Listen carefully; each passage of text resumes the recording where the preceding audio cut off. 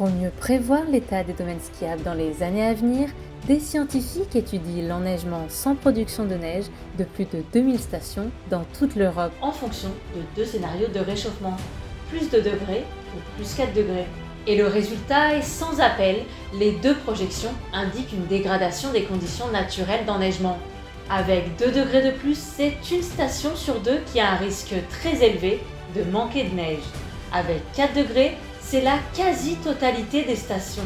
Alors évidemment, ça varie d'une région à l'autre, ça va plus ou moins vite, mais dans tous les cas, les conditions d'enneigement seront dégradées. Mais l'industrie des sports d'hiver pèse lourd dans l'économie, avec un chiffre d'affaires annuel de plus de 30 milliards d'euros. Du coup, on peut être tenté de produire de la neige. Mais même ça, ce n'est pas une solution miracle.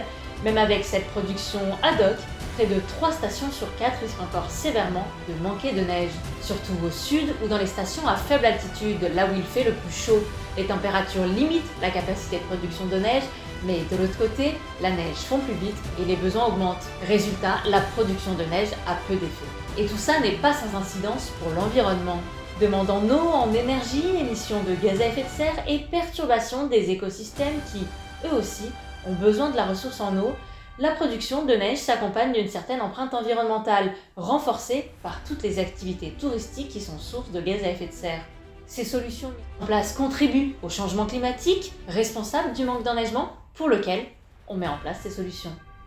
C'est un cercle sans fin. Du coup, on réfléchit au devenir des stations en proposant d'autres activités pour toutes les saisons, comme la rando ou le vélo, et ils essaient de promouvoir un tourisme plus durable. Mais cette transition peut nécessiter des équipements et l'investissement de certains acteurs.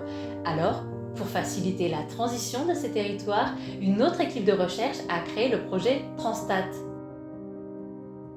Transstat, c'est un projet participatif qui rassemble depuis fin 2022 des scientifiques, des habitants, mais aussi des acteurs publics et économiques pour co-construire des stations de montagne de demain.